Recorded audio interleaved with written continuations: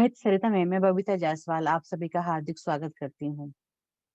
आपके समक्ष प्रस्तुत है वृद्धावस्था के उपेक्षित जीवन पर आधारित कृष्णा सोबती जी की कहानी दादी अम्मा का अगला भाग।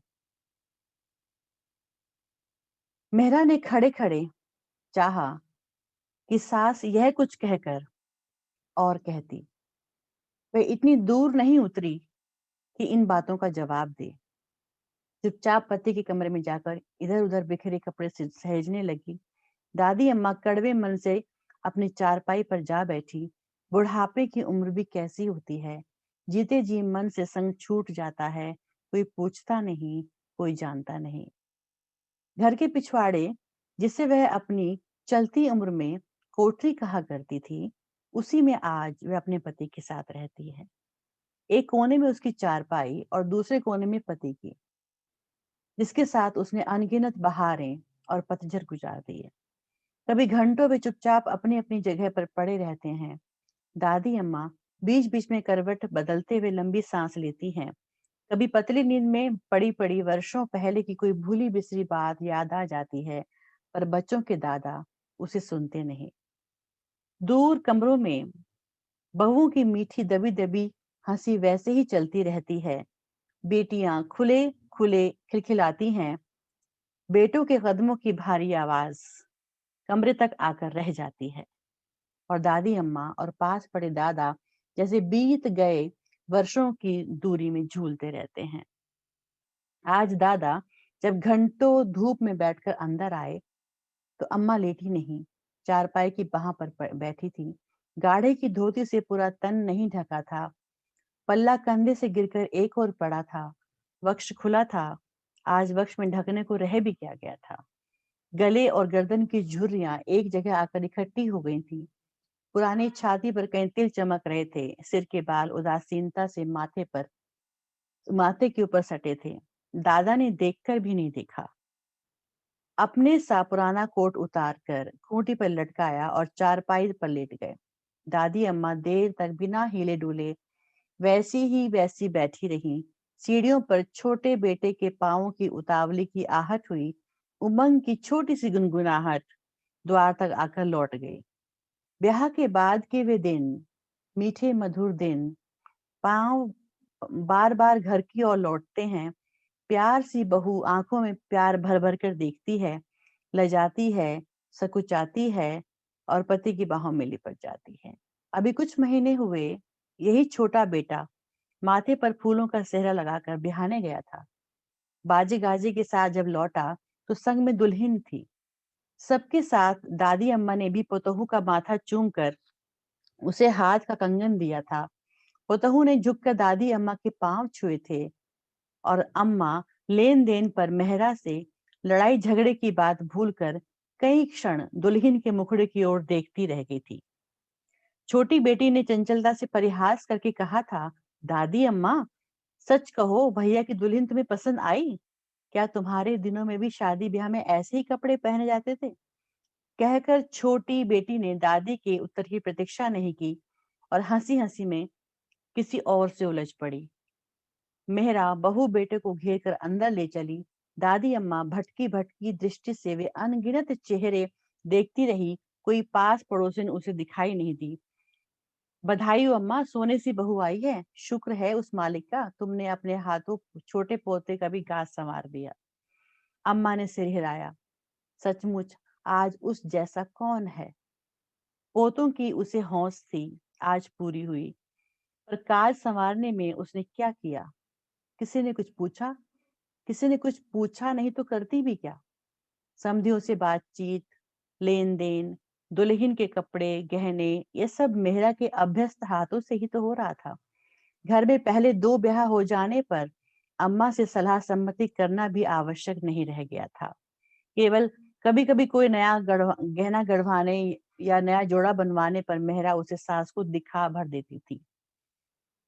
बड़ी बेटी देखकर कहती है, माँ, अम्मा को दिखाने जाती हो, वे तो कहेंगी गले का गहना हाथ लगाते उड़ता है, कोई भारी ठोस कंठा बनवाओ, सिर की सिंगार पट्टी बनवाओ। मेरे अपने ब्याह में मायके से 50 तोले का रानी हाथ चढ़ा था, तुम्हें याद नहीं? तुम्हारे ससुर को कहकर उसी के भारी जड़ाऊ कंगन बनवाए थे तुम्हारे ब्याह में। मेहरा बेटी की ओर लाड़ से देखती है, लड़की झूठ नहीं कहती। बड़े बेटों की सगाई में ब्याह में अम्मा बीसियों बार यह दोहरा चुकी हैं। अम्मा को कौन समझाए? ये पुरानी बातें पुराने दिनों के साथ चली गई। अम्मा नाते रिश्ते की भीड़ में बैठी बैठी ऊँघती रही। एकाएक आंख खुली तो नीचे लटकते पल्ले से सिर ढक लिया। एक बेखबरी की उघाड़े सिर बैठी रही। पर दादी अम्मा को इस तरह अपने को संभालते किसी ने देखा तक नहीं। अम्मा की ओर देखने की सुधि किसे है? बहू को नया जोड़ा पहनाया जा रहा है। रोशनी में दुल्हन शर्मा रही है। नंदे हास परिहास कर रही हैं। मेहरा घर में तीसरी बहू को देखकर मन ही मन सोच रही है कि बस अब दोनों बेटियों को ठिकाने लगा दी तो सुरखुरु हो जाए। बहू का श्रृंगार देख दादी अम्मा बीच बीच में कुछ कहती हैं। लड़कियों में ये कैसा चलन है आजकल, बहू के हाथों और पैरों में मेहंदी नहीं रचाई? यही तो पहला शगुन है। दादी अम्मा की इस बात को जैसे किसी ने सुना ही नहीं। आज साज श्रृंगार में चमकती बहू को घेर कर मेहरा दूल्हे के कमरे की ओर चली। नाते रिश्ते की युवतियां मुस्कुरा मुस्कुरा कर शर्माने लगी। दूल्हे के मित्र भाई आंखों में नहीं बाहों में नए नए चित्र उभरने लगे और मेहरा बहू पर आशीर्वाद बरसाकर लौटी तो देहरी के संग लगी दादी अम्मा को देखकर स्नेह जता करके बोली, आओ अम्मा, शुक्र है भगवान का आज ऐसी मीठी घड़ी आई है। अम्मा से हिलाती हिलाती मेहरा के साथ होली, पर आंखें जैसे वर्षों पीछे घूम गई। ऐसे ही एक दिन वह मेहरा को अपने बेटे के पास छोड़ आई थी। वह अंदर जाती थी, बाहर आती थी, वह इस घर की मालकिन थी। पीछे और पीछे बाजे गाजे से के साथ उसका अपना डोला इस घर के सामने आ खड़ा हुआ था। गहनों की छनगार करती वह नीचे उतरी, घूंघट की ओट से मुस्कुराती, नीचे झुकती और पति की बूढ़ी फूफी से आशीर्वाद पाती। दादी अम्मा को ऊँघते देख बड़ी बेटी हिलाकर कहने लगी, उठो अम्मा, जाकर सो रहो, यहाँ तो अभी बहुत देर तक हंसी ठंडा होता रहेगा। दादी अम्मा झपी झपी आंखों से पोती की ओर देखती रही और झुकी कमर पर हाथ रखकर अपने कमरे की ओर लौट जाती है। उस दिन चारपाई पर लेटकर दादी अम्मा सोई नहीं। आंखों में न ऊंग थी न नींद थी। एक दिन वह भी दुल्हन बनी थी। बूढ़ी फूफी ने सजाकर उसे पति के पास भेजा था। तब क्या उसने ये कोठरी देखी थी? ब्याह के बाद वर्षों तक उसने जैसे ये जाना ही नहीं कि फूफी दिन भर काम करने के बाद रात को यहाँ सोती हैं। आंखें मूंद जाने से पहले जब फूफी बीमार हुई तो दादी अम्मा ने कुलीन बहू की तरह उनकी सेवा करते करते पहली बार यह जाना था कि घर में इतने कमरे होते हुए भी फूफी इस पिछवाड़े में अंतिम दिन बरस काट गई हैं। पर यह देखकर जानकर उसे आश्चर्य नहीं हुआ था। घर के पिछवाड़े में पड़ी फूफी की देह छादार पेड़ के पुराने तन की तरह लगती थी, जिसके पत्तों की छांव उससे अलग, उससे परे घर भर में फैली हुई थी। आज तो दादी अम्मा स्वयं फूफी बनकर इस कोठरी में पड़ी है। ब्याह के कोलाहल से निकलकर जब दादा थक कर अपनी चारपाई पर लेटे तो एक लंबा चैन का सांस लेकर बोले, क्या सो गई? इस बार की रौनक लेन देन तो मंझले और बड़े बेटे के ब्याह को भी पार कर गया। समधियों का बड़ा घर ठहरा। दादी अम्मा लेन देन की बात पर कुछ कहना चाहते हुए भी नहीं बोली, चुपचाप पड़ी रही। दादा सो गए। आवाजें धीमी हो गई। बरामदे में मेहरा का रोबीला स्वर नौकरों चाकरों को सुबह के लिए आज्ञाएं देकर मौन हो गया। दादी अम्मा पड़ी रही और पतली नींद से घिरी आंखों के नए पुराने चित्र देखती रही। एकाएक करवट बदलते दो चार कदम उठाए और दादा की चारपाई के पास आ खड़ी हो गई। झुककर कई क्षण तक दादा को देखती रही। दादा नींद में बेखबर थे और दादी जैसे कोई पुरानी पहचान कर रही हो। खड़े खड़े कितने पल बीत गए। क्या दादी ने दादा को पहचाना नहीं? चेहरा उसके पति का है, पर दादी तो इस चेहरे को नहीं, चेहरे के नीचे पति को देखना चाहती है। उसे बिछुड़ गए वर्षों में वापस लौटा लेना चाहती है। सिरहाने पड़ा दादा का सिर बिल्कुल सफेद था। बंद आंखों से लगी झुर्रियां ही झुर्रियां थी। एक सूखी बाह कंबल पर सिकुड़ी सी पड़ी थी। यह नहीं, यह तो नहीं। दादी अम्मा जैसे सोते-सोते जाग पड़ी, वैसे ही इस भूले भटके भंवर में ऊपर नीचे होती चारपाई पर जा पड़ी। उस दिन सुबह उठकर दादी अम्मा ने दादा को बाहर जाते देखा, तो लगा कि रात भर की भटकी-भटकी तस्वीरों में से कोई भी तस्वीर उसकी नहीं है। वह इस सूखी देह और झुके कंधों में किसे ढूंढ रही थी? दादी अम्मा चारपाई की बाहों से उठी और लेट गई। अब तो इतनी सी दिनचर्या शेष रह गई थी। बीच-बीच में कभी उठकर बहुओं के कमरे की ओर जाती है, तो लड़-झगड़ कर लौट आती है। कैसे हैं उसके पोते, जो उम्र भर के रंग में किसी की बात नहीं सोचते, किसी की ओर नहीं देखते। बहू और बेटा, उन्हें भी कहाँ फुर्सत है। मेहरा तो कुछ न कुछ कहकर चोट करने से भी नहीं चूकती। लड़ने को तो दादी भी कम नहीं है, पर अब तीखा तेज बोल लेने पर जैसे वह थक कर चूर हो जाती है। बोलती है, बोले बिना रह नहीं पाती, पर बाद में घंटों बैठे सोचती रहती है कि वह उसे क्यों माथा लगाती है, जिन्हें उसकी परवाह नहीं। मेहरा की तो अब चाल ढाल ही बदल गई है। अब वह उसकी बहू नहीं, 3 बहुओं की सास है। ठहरी हुई गंभीरता से घर का शासन चलाती है। दादी अम्मा का बेटा अब अधिक दौड़-धूप नहीं करता, देख-रेख से अधिक अब बहुओं का ससुर का आदर-मान भी नहीं अधिक होता। कभी अंदर-बाहर जाते अम्मा मिल जाती, तो झुककर बेटा माँ को प्रणाम अवश्य करता है। दादी अम्मा गर्दन हिलाती हिलाती आशीर्वाद देती है, जियो बेटा, जियो। कभी मेहरा की जली-कटी बातें सोच सोच बेटे पर क्रोध और अभिमान करने को मन भी होता है, पर बेटे को पास देखकर दादी अम्मा सब भूल जाती है। ममता भरी पुरानी आंखों से निहार कर बार-बार आशीर्वाद देती है, सुख पाओ, भगवान बड़ी उम्र दे। कितना गंभीर और शीलवान है उसका बेटा। उसका उसका ना पोतों को ही देख लो, कभी झुककर दादा के पांव तक नहीं छूते। आखिर माँ का असर कैसे जाएगा? इन दिनों बहुओं की बात सोचते ही दादी अम्मा को लगता है कि अब मेहरा मेहरा उसके बेटे में नहीं अपने बेटों में लगी रहती है। इन दिनों बहू की बात सोचते ही दादी अम्मा को यही लगता था। दादी अम्मा को वे दिन भूल जाते हैं जब बेटे के ब्याह के बाद बहू बेटे के लाड़ चाव में उसे पति की खाने पीने की सुध भी नहीं रहती थी। और जब लाख लाख शुक्र करने पर पहली बार मेहरा की गोद भरने वाली थी, तो दादी अम्मा ने आकर दाद से कहा था, बहू बहू के लिए अब ये कमरा खाली करना होगा। हम लोग फूफी के कमरे में जाके रहेंगे।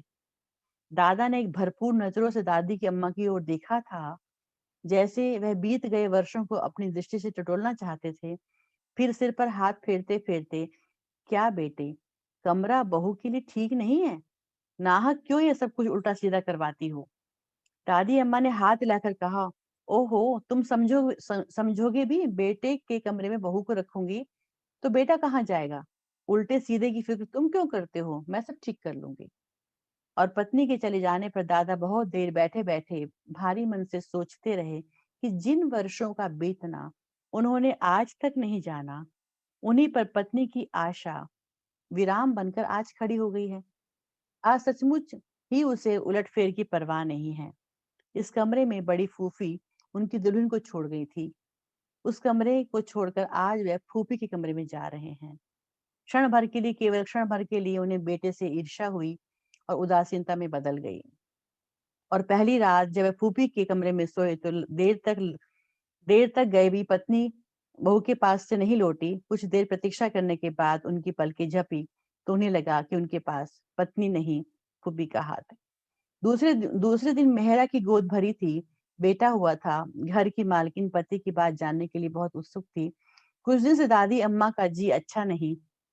दादा देखते हैं कि बुढ़ापे की बीमारी से कोई दूसरी बीमारी बड़ी नहीं होती है। दादी अम्मा बार-बार करवट ले बदलती है और फिर कुछ देर के लिए फिर हाँफ करके पड़ी रहती है। 2-1 दिन से वह रसोई घर की ओर भी नहीं गई, जहाँ मेहरों का आधिपत्य होते हुए भी वह कुछ न कुछ नौकरों को सुनाने में चूकती नहीं है। आज दादी को ना देखकर छोटी बेटी हंसकर मजरी भाभी से बोली, भाभी, दादी अम्मा के पास अब शायद कोई झगड़ने की बात ही नहीं रह गई है, नहीं तो अब तक कई बार चक्कर लगाती। दोपहर को नौकर जब अम्मा के यहाँ से अनछुई थाली उठा के लाया और मेहरा का माथा ठनका। अम्मा के पास जाकर बोली, अम्मा कुछ खा लिया होता, क्या जी अच्छा नहीं है? एकाएक अम्मा कुछ बोली नहीं। क्षण भर रुक कर आंखें खोली और मेहरा को देखती रह गई। खाने को मन ना हो तो अम्मा दूध ही पी लो। अम्मा ने हाँ ना कुछ नहीं की, न पलके ही झपकी। इस दृष्टि से मेहरा बहुत वर्षों के बाद आज फिर डरी। इनमें न क्रोध था, न सास की तरेर थी, न मनमुटाव था। एक लंबा गहरा उल्हाना पहचानते मेहरा को देर नहीं लगी। डरते डरते सास के माथे को छुआ, ठंडे पसीने से भीगा था। पास बैठकर धीरे से स्नेह भरे स्वर में बोली, अम्मा जो कहो बना के ले आती हूँ। अम्मा ने सिरहाने पर पड़े पड़े सिर हिलाया, नहीं कुछ नहीं, और बहू के हाथ से अपना हाथ खींच लिया। मेहरा पल भर कुछ सोचती रही, बिना आहट किए बाहर हो गई। बड़ी बहू के पास जाकर चिंतित स्वर में बोली, बहू अम्मा कुछ अधिक बीमार लगती हैं, तुम जाकर पास बैठो तो मैं कुछ बना लाऊं। बहू ने सास की आवाज में पहली बार दादी अम्मा के लिए घबराहट देखी थी। दबे पांव जाकर अम्मा के पास बैठ हाथ पांव दबाने लगी। अम्मा ने इस बार हाथ नहीं खींचे, ढीली सी लेटी रही। मेहरा ने रसोई घर में जाकर दूध गर्म किया और टाने लगी। एकाएक हाथ अटक गया। क्या अम्मा के लिए अंतिम बार दूध बनाने जा रही हूँ? दादी अम्मा ने बेखबरी में 2-4 घूंट पीकर छोड़ दिया। चारपाई पर पड़ी अम्मा चारपाई के साथ लगी हुई दिखाई दी।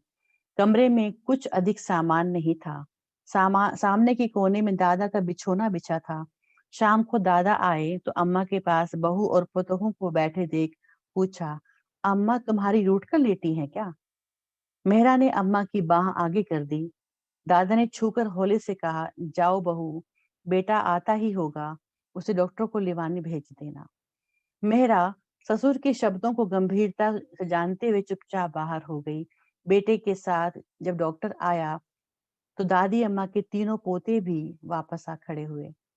डॉक्टर ने सदे सदाए हाथों से दादी की परीक्षा की।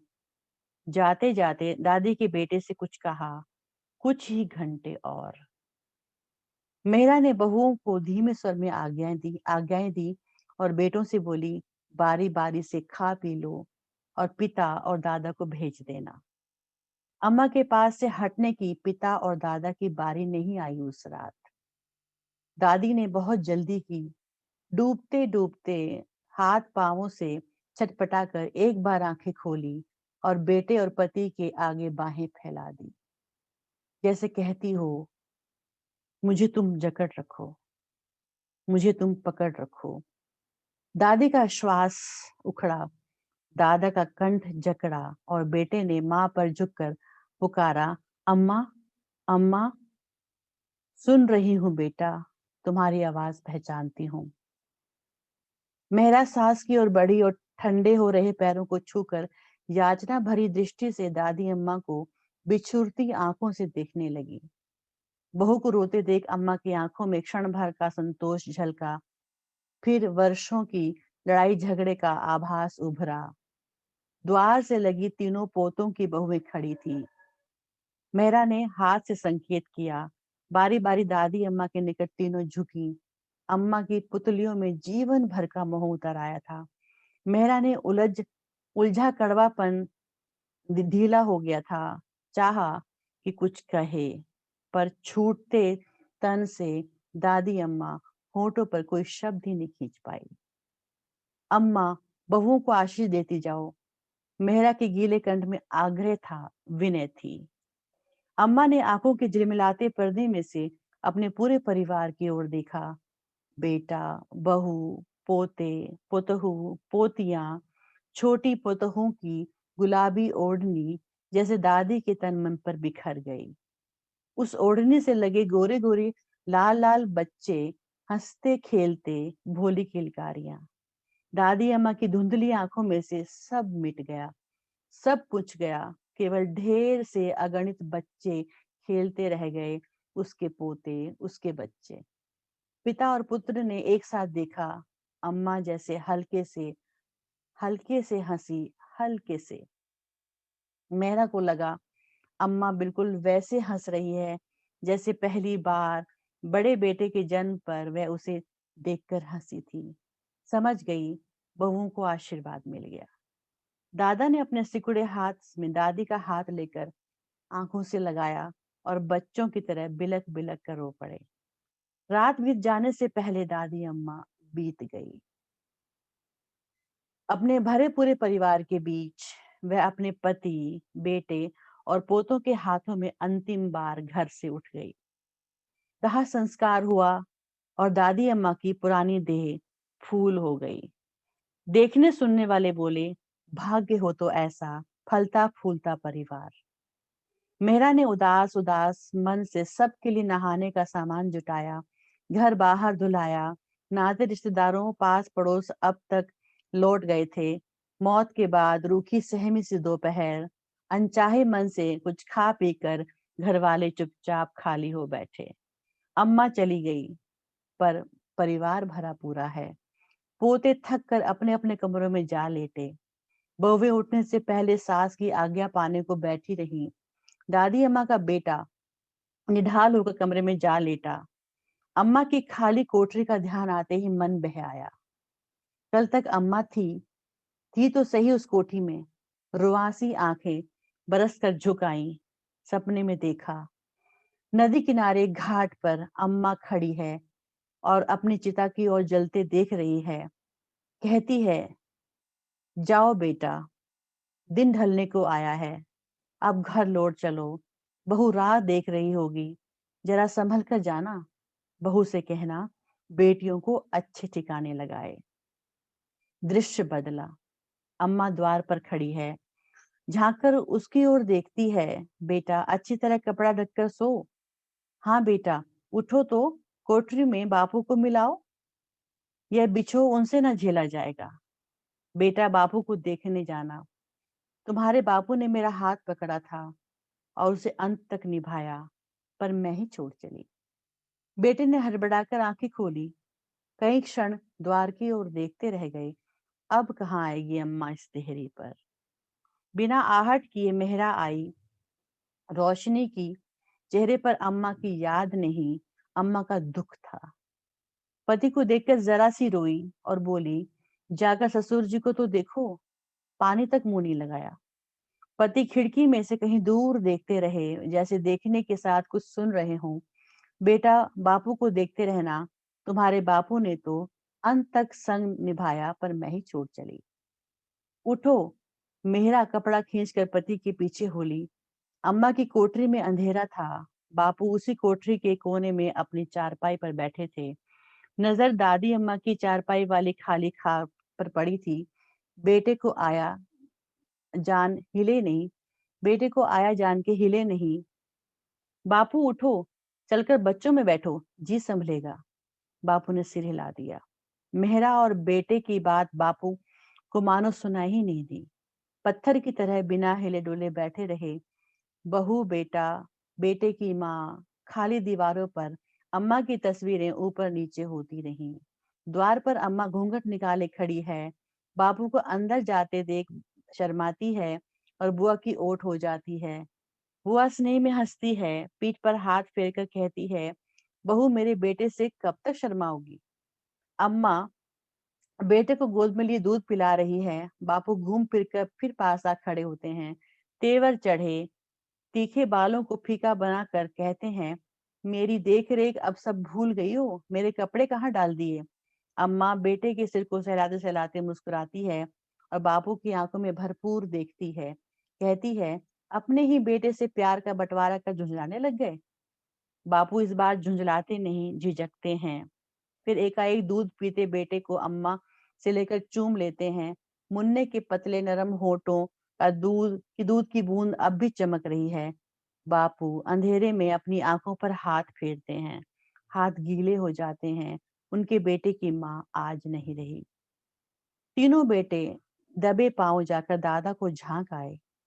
बहुएं सास की आज्ञा पा अपने अपने कमरों में जा लेती।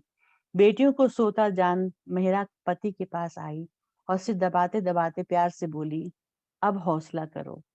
लेकिन एकाएक किसी की गहरी सिसकी सुन चौंक पड़ी। पति पर झुककर बोली, बापू की आवाज लगती है, देखो तो। बेटे ने जाकर बाहर वाला द्वार खोला। पीपल से लगी झुकी झुकी सी छाया थी पीपल के पेड़ के पास। बेटे ने कहना चाहा, बापू, पर बैठे गले से आवाज निकली निकली ही नहीं। आप हवा में पत्ते खड़खड़ाए, टहनियां हिली और बापू खड़े खड़े से सकते रहे। बापू, इस बार बापू के कानों में बड़े पोते की आवाज आई। सिर ऊंचा किया और तीनों बेटों के साथ देहरी पर झुकी मेहरा देख पड़ी। आंसुओं के गीले पुर में से धुंध बह गई। मेहरा अब घर की बहू नहीं, घर की अम्मा लगती है। बड़े बेटे का हाथ पकड़कर बापू के निकट आई, झुककर गहरे स्नेह से बोली, बापू, अपने इन बेटों की ओर देखो। यह सब अम्मा का ही तो प्रताप है। महीने भर के बाद बड़ी बहू की झोली भरेगी। अम्मा का परिवार और फूलेगा फलेगा। बापू ने इस बार सिसकी नहीं भरी, आंसू को खुले बह जाने दिया। पेड़ के कड़े तने से हाथ उठाते उठाते सोचा, दूर तक धरती में बैठी अगणित जड़ें अंदर ही अंदर इस बड़े पुराने पीपल को थामे हुए है। दादी अम्मा इसे नित्य पानी दिया करती थी। आज यह भी धरती में समा गई है। उसके तन से ही तो बेटे पोतों का यह परिवार फैला है। पीपल की घनी छां की तरह यह और फैलेगा। बहू सच कहती है, यह सब अम्मा का ही प्रताप है। वह मरी नहीं, वह तो अपनी देह पर के कपड़े बदल गई है। अब वह बहू में जिएगी, फिर बहू की बहू में। तो ये थी कहानी दादी अम्मा। नमस्कार।